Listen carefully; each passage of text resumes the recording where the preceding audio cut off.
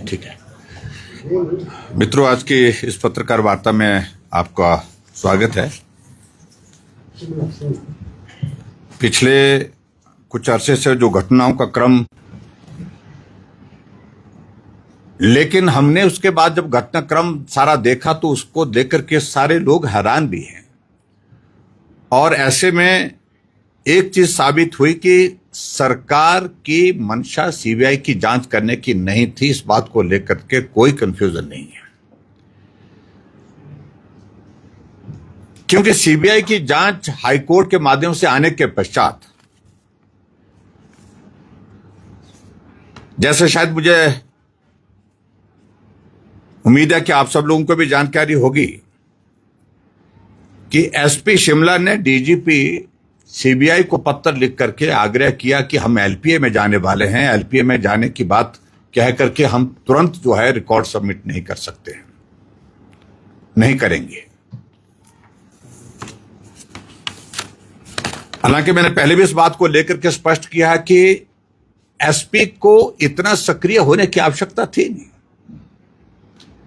माननीय उच्च न्यायालय के आदेश आने के पश्चात जो भी कार्यवाही होनी थी आगे की, उसके संदर्भ में जो भी फैसला करना था वो स्टेट गवर्नमेंट को करना था, प्रदेश सरकार को करना था। लेकिन सरकार की ओर से डीजीपी सीबीआई को, डायरेक्टर जनरल सीबीआई को न लिख करके एसपी उसमें लिखता है। यह अपने आप में एक प्रश्न खड़ा होता है, क्या हिमाचल प्रदेश की सरकार जब सीबीआई की टीम यहां पर रिकॉर्ड लेने के लिए आती है तो सीबीआई की टीम के साथ जब उनका संवाद होता है, बात होती है, तो जानकारी हमको प्राप्त हुई है कि उन्होंने कहा कि मैं किसी निजी कार्य से बाहर हूं और इसलिए जो रिकॉर्ड आप मांग रहे हैं वो उपलब्ध नहीं कराया जा सकता।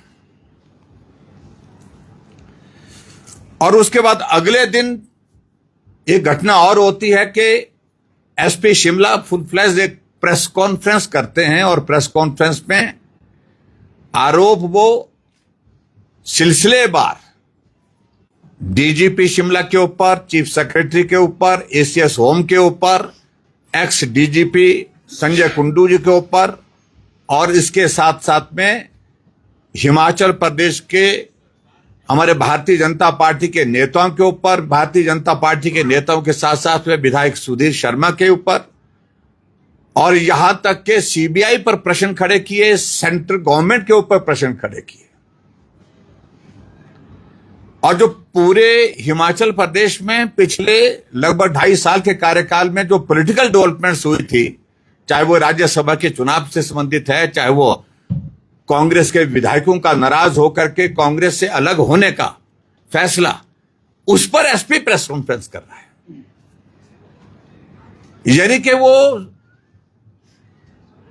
सरकार का भी हिस्सा बनकर के, सरकार का हिस्सा नहीं, सरकारी जो है वो बातें वो करने के लिए भी वो प्रेस कॉन्फ्रेंस कर रहे हैं। और पॉलिटिकल जो डेवलपमेंट हिमाचल प्रदेश में बीच बीच में होती रहती है उस पर भी प्रेस कॉन्फ्रेंस कर रहे हैं। यानी कि नेता भी और नेता के साथ साथ में हिमाचल प्रदेश में कि सरकार भी वही ऐसे मान करके वो प्रेस कॉन्फ्रेंस कर रहे हैं। मैं समझता हूं कि बहुत ही दुर्भाग्यपूर्ण है। और उसके बाद आगे बढ़ करके जब ऐसी स्थिति हो गई कि एसपी की प्रेस कॉन्फ्रेंस करने के बाद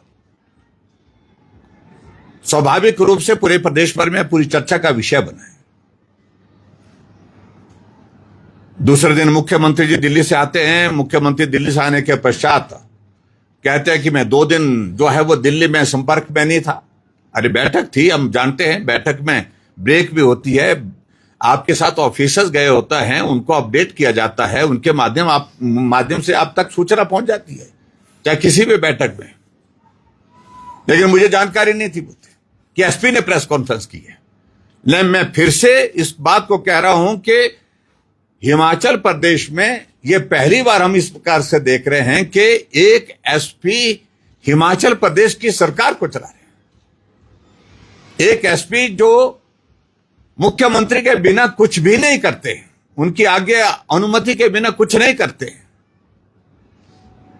उनके बारे में मुख्यमंत्री कह रहे हैं कि मुझे मालूम नहीं प्रेस कॉन्फ्रेंस हुई है। मेरा यह मानना है कि पत्रकार वार्ता जो हुई है वो मुख्यमंत्री के कहने पर हुई है, मुख्यमंत्री से चर्चा करने के पश्चात हुई है और मुख्यमंत्री के द्वारा जो पॉइंट्स दिए थे उन पॉइंट्स पर हुई है। मुख्यमंत्री अपने आप को अलग नहीं कर सकते सारी बात। और दूसरे दिन मुख्यमंत्री प्रेस कॉन्फ्रेंस करके आप सबके बीच में कहते हैं कि हम सीबीआई की जांच का स्वागत करते हैं। मुझे लगा कि अब बात खत्म होगी, अब बात कह दी और कहा कि हम जो पूरा कोऑपरेशन स्टेट गवर्नमेंट की ओर से देंगे। हमने कहा ये भी बहुत अच्छी बात है और कहा आप लोगों को भी कहा कि आपके पास भी कुछ इंफॉर्मेशन है तो आप दो और हम मेरे लिए भी कहा कि वो भी दें। लेकिन हैरानी इस बात को लेकर के होती है, मुख्यमंत्री कहते हैं कि पूरा कोऑपरेशन सीबीआई को देंगे और हम एलपीए में नहीं जाएंगे। हम इस बात को मान करके चल गए कि भाई आखिरकार सरकार को जो है सद्बुद्धि प्राप्त हो गई और ऐसी सूरत में जो कहा है उस पर हमको भरोसा करना चाहिए। लेकिन उसके बाद आप देखते हैं कि आगे बढ़कर के क्या हो जाता है। आगे बढ़कर के ये हो जाता है कि एसपी शिमला पर्सनल कैपेसिटी पर अपना डेजिग्नेशन का जिक्र करते हुए एसपी शिमला का ऑफिशियल कैपेसिटी से एलपीए फाइल कर देते हैं हाई कोर्ट में। क्या मुख्यमंत्री जी को यह जानकारी नहीं थी? और जो एलपीए फाइल की उसमें पैरा नंबर 2 है, देखिए, जिसमें एसपी शिमला ने बड़ा स्पष्ट शब्दों में जो है उसमें जो जिक्र किया हुआ है that after the passing of the aforesaid judgment dated 23 May 2025, the matter was discussed with the Office of Learned Advocate General, State of Himachal Pradesh, whereby it has been opined to file present LPA in personal capacity. यानी कि उनके राय लेने के बाद चर्चा करने के पश्चात ये फैसला लिया गया कि पर्सनल कैपेसिटी पर एसपी शिमला जो है उसमें एलपीए फाइल करेंगे। विचित्र परिस्थिति है, आपको तो नहीं है। और एलपीए फाइल होने के बाद इस सारे विषय को लेकर के जो लीगल एस्पेक्ट है वो सब साथी चर्चा करने लगे।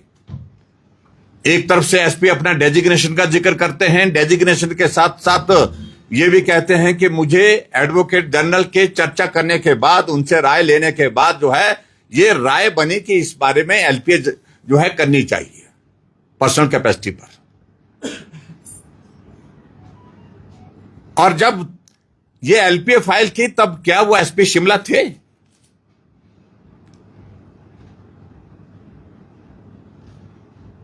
क्योंकि मेरी जानकारी के मुताबिक शिमला में एसपी सोलन के पास चार्ज है वर्तमान में और वो छुट्टी पर प्रोसीड किए हैं।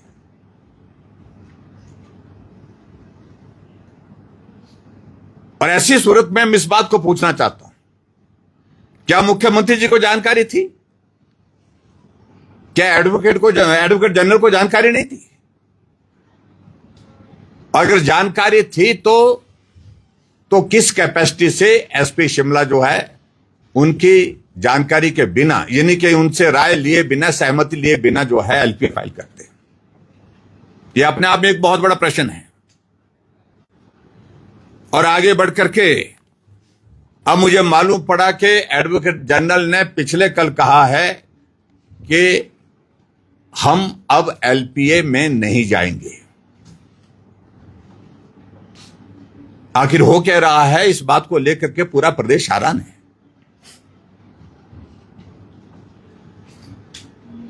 और आगे बढ़कर के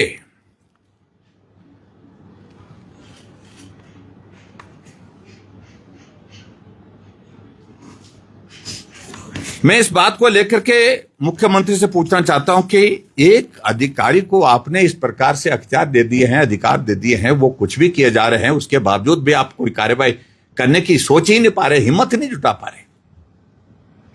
आखिर वजह क्या है? क्या आपकी सहमति है सब करने के लिए? क्या आप इन सारी चीजों को लेकर के उनको कहने के लिए कह रहे हैं और उसके बाद जब फजीयत हो रही है उसके बाद फिर आप उसकी करेक्शन करने के लिए कदम उठाने की कोशिश कर रहे हैं? इन सारी बातों को लेकर के मुख्यमंत्री को स्पष्ट करना चाहिए, मैं समझता हूं। और आगे बढ़ करके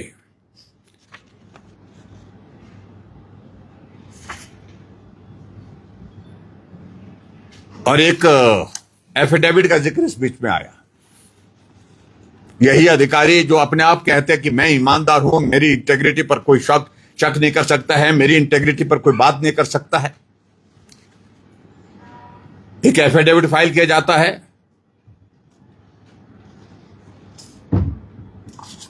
और उस एफिडेविट के सिलसिले में जो है वो गुडूराम वर्सेस स्टेट ऑफ एचपी, उस सारे मामले में कोर्ट ने बड़ा क्या कहा है, बड़ा साफ शब्दों में कहा है। मैं ज्यादा डिटेल में पढ़ना नहीं चाहता हूं क्योंकि जजमेंट जो उन्हें दी है वो उस पर लंबा है, उस पर मैं सिर्फ एक पॉइंट पर ही मैं ये करना चाहता हूं। It appears an attempt to mislead the court by filing a false affidavit, hence in these circumstances he is directed to submit a reply if so desired within 3 weeks as to why action for misleading the court by filing a false affidavit may not be taken against him. ये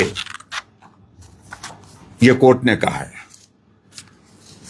उसके बावजूद भी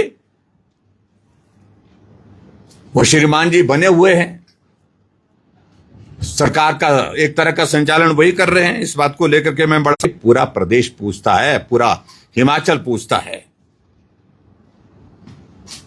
और तो और आगे बढ़कर के मैं ये जरूर भी ये भी मैं कहना चाहता हूं कि जहां इस सारे मामले में जो एलपीए उन्हें की, उन्हें बड़ी इंटेंशन बड़े साफ उन्हें दिखाई है कि सीबीआई को इस मामले को ना दिया जाए, सोसाइटी कॉन्स्टिट्यूट करे ताकि इस केस के जो इन्वेस्टिगेशन की प्रोसेस को मॉनिटर कर सके। ये उन्हें सुझाव दिया है। क्या ये सुझाव सिर्फ जो श्रीमान गांधी है उनका है या सरकार का है? कुल मिलाकर के मैं बड़ा साफ कहना चाह रहा हूं कि हिमाचल प्रदेश सरकार सीबीआई की जांच के बाद जो है बिल्कुल जो है वो विचलित हुई पड़ी हुई है। सरकार का नेतृत्व, जो पॉलिटिकल लीडरशिप है, चाहे उसमें मुख्यमंत्री है, चाहे मुख्यमंत्री के साथ और लोग हैं, और उसके साथ साथ में हिमाचल प्रदेश में जो अधिकारी है जिनको लग रहा है कि सीबीआई की जांच से बचना मुश्किल है, बहुत सारी परतें खुलेंगी। अब परिवार के लोग इस बात को लेकर के कह रहे हैं कि मोबाइल क्यों नहीं मिला जब डेड बॉडी वहां पर रिकवर हुई थी, जब उसके शुरुआत के फोटो हैं उनकी जेब में, उनकी डेड बॉडी जो रिकवर हुई, उनके जो डेड बॉडी थी उसमें जो फोटो लिए गए, जेब में बहुत सारा सामान लगता था, वो सामान कहां गया? ये भी प्रश्न पूछ रहे हैं वो परिवार के लोग, और लोग भी पूछ रहे हैं। और इस बात को लेकर के मुख्यमंत्री ने स्वयं अपने आप स्पष्ट किया है कि जो पेन ड्राइव जिसको फॉर्मेट करने की बात आई है उसको रिट्रीव कर दिया है, यानी कि स्वयं अपने आप ही उन्हें स्वीकार कर लिया है कि जो पेन ड्राइव फॉर्मेट कर दी गई थी उसको रिस्टोर कर दिया, उसको जो है रिट्रीव कर दिया है। इसका मतलब क्या है कि स्पष्ट हो गया कि सबूत को नष्ट करने का प्रयास ईमानदारी से किया गया। ये भी मैं आपके बीच में कहना चाहता हूं। और आगे बढ़कर के मैं ये भी कहना चाह रहा हूं कि अब आप अंदाजा लगाइए कि हालत क्या बन गई है। डीजीपी रिटायर हुए और एक रस्म के मुताबिक डीजीपी जब रिटायर होते हैं तो फेयरवेल परेड होती है, फेयरवेल उनको दी जाती है। लेकिन अब की बार इस प्रकार से कुछ नहीं किया गया। डीजीपी जाने से पहले जो डीजी डिस्क मिलती है पुलिस के कुछ कर्मचारियों को मिलती है, क्योंकि एक बहुत बड़ा एक लंबा सिलसिला जो चला हुआ है उसके मुताबिक जो रुकने का नाम नहीं ले रहा है, इसलिए हमको आप सबके सामने उन पॉइंट्स को लेकर के अपनी बात कहनी थी। और मैं आज भी कहता हूं कि मुख्यमंत्री जी को हिमाचल प्रदेश में नैतिकता के आधार पर त्यागपत्र देना चाहिए।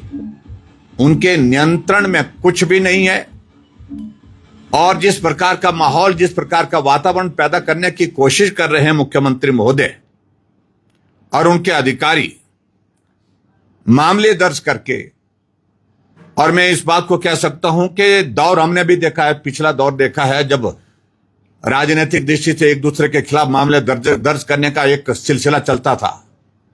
हमने 5 साल उस सिलसिले को बंद किया, इसलिए ताकि हम फोकस होकर के काम कर सके, और हमने काम किया। लेकिन ये नया दौर फिर से आ गया, जब छोटे छोटे मामलों को लेकर के भी पत्रकारों के ऊपर मामले दर्ज करते हैं, छोटे छोटे मामलों को लेकर के नेताओं के ऊपर मामले दर्ज करते हैं, पंचायत के चुने हुए प्रतिनिधियों के ऊपर मामले दर्ज हो रहे हैं। और मुझे मालूम नहीं इसमें मुख्यमंत्री क्या हासिल करने वाले हैं। और सही मायने में जब कोई व्यक्ति अपने दायित्व पर पूर्ण रूप से असफल हो जाते हैं, उसके बाद ऐसे कदम वो फ्रस्ट्रेशन में, हताशा में, निराशा में उठाते हैं, जो वर्तमान में आप हिमाचल प्रदेश में देख रहे हैं। तो मुझे मुख्य रूप से यही कहना था आप सबके बीच में। मैं इतना ही कहना चाहता हूं कि मुख्यमंत्री को त्यागपत्र देना चाहिए, नहीं है बस की बात तो छोड़ देना चाहिए। उसका भी अपना एक आनंद है, और मेरा मुख्यमंत्री से आग्रह है कि उस आनंद की अनुभूति ले, कि मेरे से नहीं चला, मैं छोड़ दिया भाई, स्वीकार कर लेना चाहिए। क्योंकि आपके सत्ता में जो साथी हैं वो भी इस बात को स्वीकार कर चुके हैं कि बस की नहीं है। आपके अधिकारियों ने इस बात को साबित कर दिया, एक बार नहीं अनेकों बार साबित कर दिया कि मुख्यमंत्री के बस की कुछ नहीं है, जो हम करना चाहेंगे वही होगा। इसलिए नैतिकता के आधार पर त्यागपत्र देना चाहिए, ईमानदारी उसी में है। और मुझे लगता है कभी कभी हमारी सलाह उनको जो दी हुई वो उनके काम आएगी, अच्छी रहेगी उनके लिए। इतना ही मैं कहना चाहता हूं। बहुत बहुत धन्यवाद। सर, सरकार ने आरोप लगाया है कि सीबीआई के लिए जो है वो उनके परिजनों से मांग नहीं करते, तो हम स्वयं सीबीआई इंक्वायरी कराते हैं। और दूसरी बात उन्होंने कहा है कि विपक्ष जो है कहीं ना कहीं राजनीतिक रोटियां सेकना चाहता है। देखिए, इस बात को लेकर के मुझे बड़ी हंसी आ रही है। मुख्यमंत्री जी कितना झूठ बोलेंगे, और उनके नेता जो बाकी लोग जो उनका वो सारे उठाए फिरे चले हुए हैं, क्या ये सत्य नहीं है कि बिमल नेगी के परिवार ने बार बार इस बात के लिए आग्रह उस दिन ही कर दिया था जिस दिन उनकी डेड बॉडी ला करके एचपीपीसीएल की वहां पर ऑफिस के सामने रखी थी, कि सारे मामले की जांच निष्पक्ष होनी चाहिए और सीबीआई से जांच होनी चाहिए। हम मौजूद थे वहां पर। उसके बाद जब मुख्यमंत्री ने आश्वासन दिया कि हम इस पर फिर इन्वेस्टिगेशन करेंगे, उन्हें धैर्य रखा। 15 दिन का समय जो दिया था, कहा कि 15 दिन के अंदर आपको इन्वेस्टिगेशन मिल गई। 15 दिन के अंदर मुख्यमंत्री ने क्या किया? जो सबूत थे वो सबूत नष्ट करने के प्रयत्न किए गए, जांच को प्रभावित करने का प्रयास किया गया, और उसके सबूत जो है वो सारे आपके सामने अब एक एक करके आ रहे हैं। जब उसके बाद हालात ऐसे बने कि मुख्यमंत्री ने कहा कि सीबीआई की जांच की आवश्यकता नहीं है, तो परिवार अपने आप सीबीआई की जांच हो इस मांग को लेकर के माननीय उच्च न्यायालय में गया।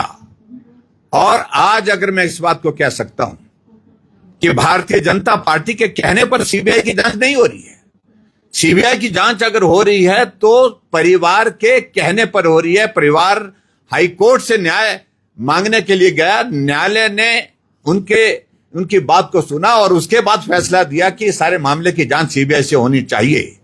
यह भारतीय जनता पार्टी की मांग पर नहीं, किसी और व्यक्ति के मांग पर नहीं, उनके परिवार के ही मांग पर हुआ है। ऐसे में मुख्यमंत्री जी कैसे कह सकते हैं कि आप हमको कहते तो हम ही कर देते हैं? कितना झूठ बोलेंगे। मुझे लगता है कि आज तक ये प्रदेश, हिमाचल प्रदेश, जो मुख्यमंत्री कहते हैं उनकी बातों पर भरोसा करते हैं।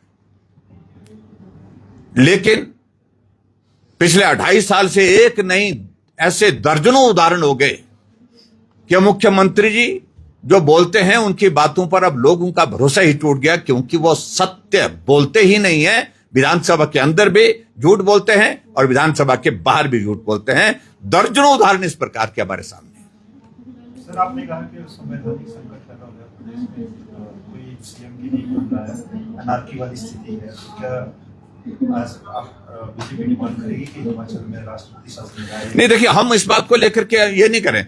हम पहली प्राथमिकता है कि विमल नेगी के मामले में जांच निष्पक्ष होने में सरकार सहयोग करे, जो अभी तक इनके तौर तरीके से नहीं लग रही है। यानी कि मुख्यमंत्री कहते हैं कि एलपीए में नहीं जाएंगे, मुख्यमंत्री कह रहे हैं कि हम जांच में सहयोग करेंगे, जो हमारे पास जो है, जो इंफॉर्मेशन, जो डॉक्यूमेंट्स होंगे वो सीबीआई को सुपुर्द कर देंगे। जांच में सहयोग नहीं हो रहा है, ना डॉक्यूमेंट पूरे तरह से दिए गए हैं, ना ही सीबीआई की जांच के लिए जो सरकार ने कहा था, मुख्यमंत्री जी ने कहा था, उस प्रकार से सारी प्रगति हो रही है। उस सारी चीज को लेकर के यह साबित करता है कि ये एलपीए में एसपी शिमला पर्सनल कैपेसिटी से गया है, यह मुख्यमंत्री की सलाह के बिना नहीं गया, उनकी सलाह से ही गया है। और एडवोकेट जनरल उसको जो है वो जो अपनी राय देख करके जिसका जिक्र करते हैं, तो उसका मतलब क्या है कि मुख्यमंत्री की सलाह के बिना हो रहा है? बिल्कुल नहीं हो रहा है। और मुख्यमंत्री इस सारे मामले से परेशान है, सीबीआई की जांच से परेशान है। इसलिए वो सीबीआई की जांच को किसी के भी माध्यम, चाहे एसपी के माध्यम से रोकने का प्रयास किया जा सके, चाहे एडवोकेट जनरल के माध्यम से उस जांच को रोकने का प्रयास किया जा सके, वो करने की पूरी कोशिश कर रहे हैं। इसलिए हम कह रहे हैं कि मुख्यमंत्री रहे हैं, वो सत्य नहीं बोल रहे हैं। सर, एडवोकेट जनरल ने एलपीए के विषय में कहा है कि एक अधिकारी इंडिविजुअल कैपेसिटी से विदाउट सुपरिटेंडेंट ऑफ पुलिस का नाम लिए बगैर भी वो न्यायालय में जा सकता है, ये उसका कॉन्स्टिट्यूशनल राइट है। तो आप लोगों को दिक्कत कहाँ है? नहीं, देखिए, इस बात को लेकर के बड़ा स्पष्ट कहना है। एक तो नंबर 1 पहले कि वो एसपी के डेजिग्नेशन में इस वक्त है नहीं, क्योंकि सरकार ने उस दायित्व से उनको हटा करके दूसरे को दायित्व दिया है। चाहे चार्ज दिया है, चार्ज देने में भी वही पावर्स होती हैं जो एसपी सिटिंग होता है, उसकी जो पावर्स होती है वही इस पावर्स को इस्तेमाल करते हैं। और दूसरी बात जो एडवोकेट जनरल ने बात कही है कि आखिरकार जब आपके एसपी ने आपका नाम लेकर के कह दिया कोर्ट में कि हमने सलाह करने के बाद, चर्चा करने के बाद ये राय बनी, उसके बाद फिर हमने इसमें ये फैसला लिया, तो आपका क्या कहना है? आप क्यों मुकर रहे हैं कि हम एलपीए में नहीं जाएंगे? एसपी को अगर वो समर्थन देने की बात कह रहे हैं तो सरकार का समर्थन उनसे अलग से है। इस बात को भी स्पष्ट करना चाहिए ना उनको। एसपी अलग से जा रहा है और उसके बाद सरकार अलग से।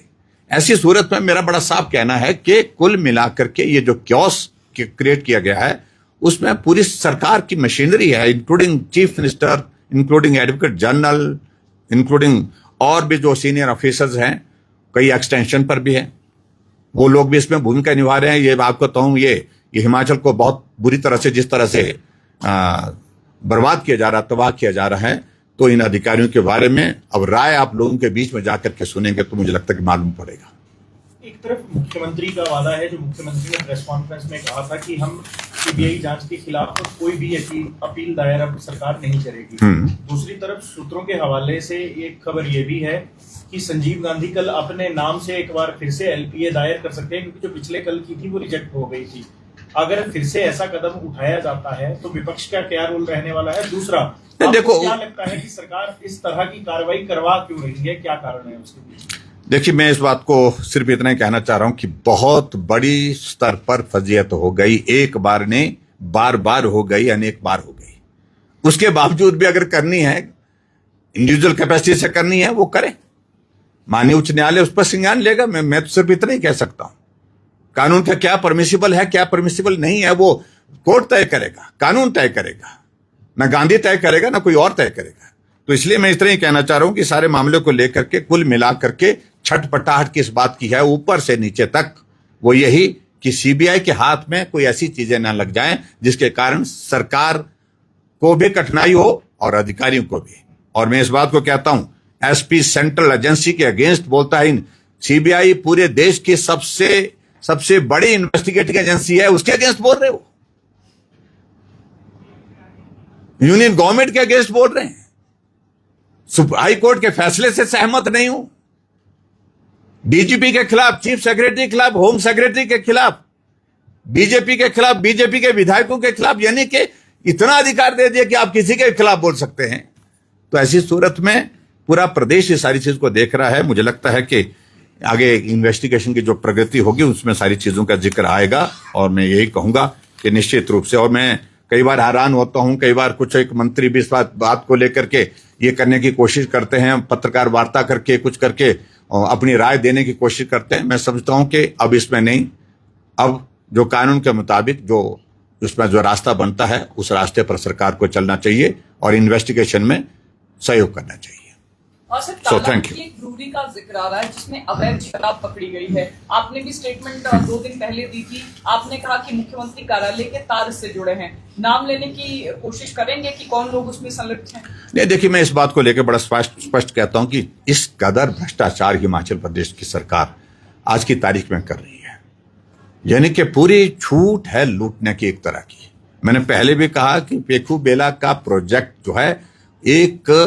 जो है एक बहुत बड़ा सबूत ही नहीं, सबूत के से आगे बढ़ करके वो एक स्मारक है भ्रष्टाचार का। और ऐसी घटनाएं एक नहीं अनेकों हो रही हैं। जो कालाअंब में जो एक अवैध तरीके से वहां पर शराब की एक फैक्ट्री चल रही थी, वो आज से नहीं चल रही, बताया जा रहा है कि लगभग 2 वर्षों से चल रही है। हम ये जानना चाहते हैं कि ये त्रिलोकसंस ब्रूरी जो है ये किसकी है और किसके तार उसके साथ जुड़े हुए हैं। जब पुलिस की टीम, एक्साइज की टीम वहां पर रेड पर गई, वहां पर बहुत सारा मटेरियल मिला, 4 लाख के लगभग स्टिकर्स मिले जो लेवल्स जो बॉटल पे लगते हैं और बड़े अच्छे ब्रांड के मिले। वो अगर उनके अमाउंट को किया जाए तो वो 100 करोड़ से ऊपर का मसला है। और उसके बाद मुख्यमंत्री के कार्यालय से जो हमारी जानकारी है उसके मुताबिक बताया जा रहा है पूरी रात फोन चलते रहे पुलिस को, एक्साइज को, कि मामले को दर्ज ना किया जाए और इस सारे मामले में आगे ना बढ़ा जाए। ये सारा मिला हुआ कार्य मिलकर के करते हैं भाई। एक अधिकारी का नाम उसमें आ रहा है जो मुख्यमंत्री कार्यालय में प्रमुखता से है। कौन होता है मुख्यमंत्री कार्यालय में, इस बात को लेकर के आपको जानकारी होनी चाहिए। लेकिन हैरानी है इस बात को लेकर के कि पूरी रात फोन करते रहे एक्साइज को, पुलिस वालों को, लेकिन उसके बावजूद भी एफआईआर दर्ज हुई, लेकिन उसके बावजूद गिरफ्तारी कोई नहीं हुई है, कार्रवाई कोई नहीं हुई। जब आपको इतनी जानकारी है, आपको अधिकारी का नाम भी पता होगा? मुझे पूरा पता है, उसको जानकारी सबको मालूम है, जो बिल्कुल जुड़े हुए हैं, जुड़ करके काम कर रहे हैं, मिलकर के काम कर रहे हैं, ऐसी बातें बताते हैं। कौन है इस बात को लेकर